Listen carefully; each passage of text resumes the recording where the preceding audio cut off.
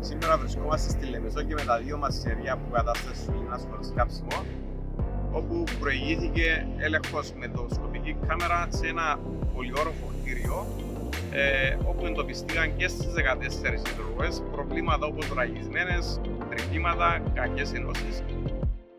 Αντιλαμβάνεστε ότι με τις πρώτες βροχές δημιουργούσαν προβλήματα στο εσωτερικό του κτιρίου.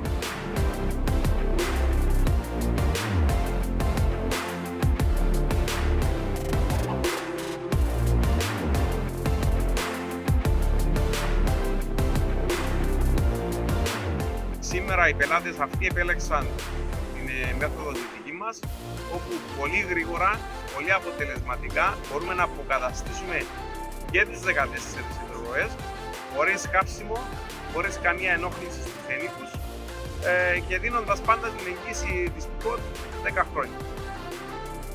Αντιλαμβάνεστε τα ωφέλη. Οποιαδήποτε άλλη μέθοδος θα ήταν και αντιαισθητική και πολύ πιο κοστοβόρα.